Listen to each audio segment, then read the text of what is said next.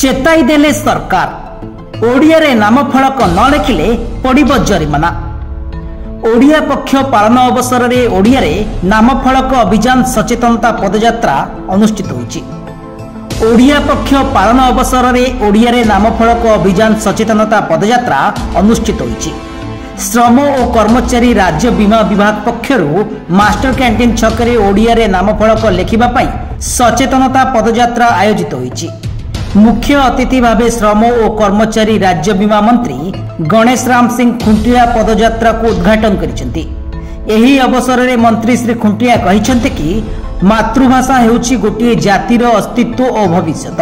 एणु आम मातृभाषा ओडियार व्यापक प्रचार प्रसार और सठिक व्यवहार उपरे राज्य सरकार विशेष पदक्षेप नेउछंती। एही अवसर रे राज्यर समस्त दुकान और वाणिज्यिक प्रतिष्ठान नामफलक स्पष्ट भावे ओडिया भाषा रे लेखिबा सुनिश्चित करिबा पई सारा राज्य रे व्यापक अभियान आरंभ होईछि बोली कहिथिले। ओडिशा दुकान और वाणिज्यिक प्रतिष्ठान आईन अनुसार ओडिया भाषा रे स्पष्ट भावे नामफलक लेखिबा बाध्यतामूलक। जो माने एही नियमर उल्लंघन करिवे सेमानंक विरोध रे आईनगत कार्यानुष्ठान ग्रहण कराजिबो। जो माने ए पर्यंत निज दुकान और वाणिज्यिक प्रतिष्ठान रे ओडिया भाषा रे नामफलक लेखि नाहंती सेमाने यथाशीघ्र एथिप्रति यत्नवान हुअन्तु बोली मंत्री परामर्श दैछंती।